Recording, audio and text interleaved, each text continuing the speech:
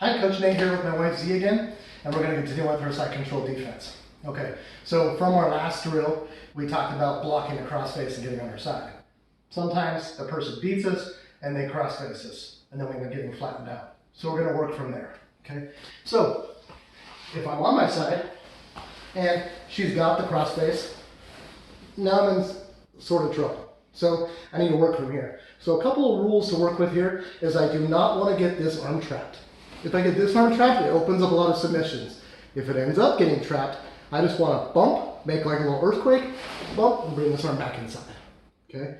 I can use this forearm to block her hip to keep her from crowding me, but I just do not want to extend this arm. Okay? Now, placement of this arm. A lot of people will suggest you'll see a lot of videos where they'll suggest to put your arm here. Okay? There are times to do that. But in general, I don't like this because it opens up your arm for submissions. I'm giving her my arm to start attacking. So I don't want to put my arm there. I want to keep my hand on my heart. Hand on my heart. Now I want to keep my elbow in tight so that my arm can't be opened up. Okay? Now, what I want to do to get this crossface away from me is use my fingers here. I'm just going to wave them inside her arm here. Okay? I'm not blocking the crossface yet, but I'm one step towards it.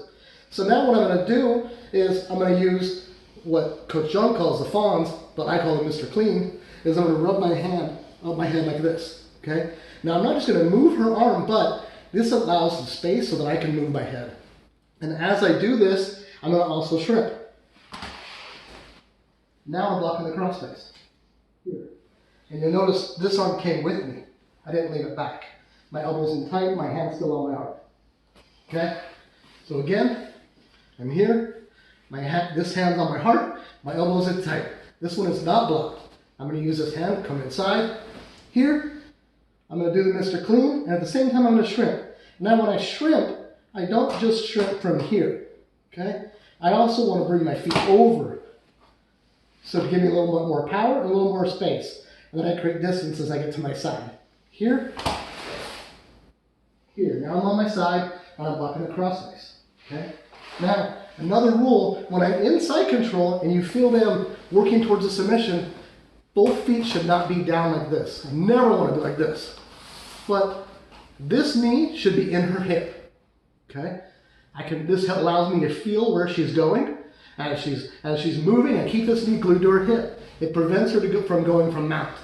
As she tries to go to mount, I got this knee here to help block that. Okay? I also do not want to put this foot on this leg. A lot of people do this. This really bugs me. It's kind of a lazy defense. Right here, I'm making a frame that allows her to push both legs over. So now if she were to do this, see how easy that just goes over? Okay? So I can't be lazy like that. I need to keep this leg up, knee on the hip, and floating.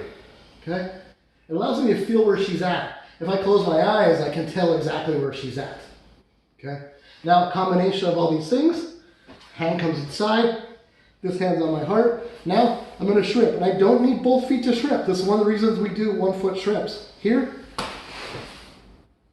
I'm on my side now, and I'm blocking the crossface. Okay? Thank you, and we'll see you next time.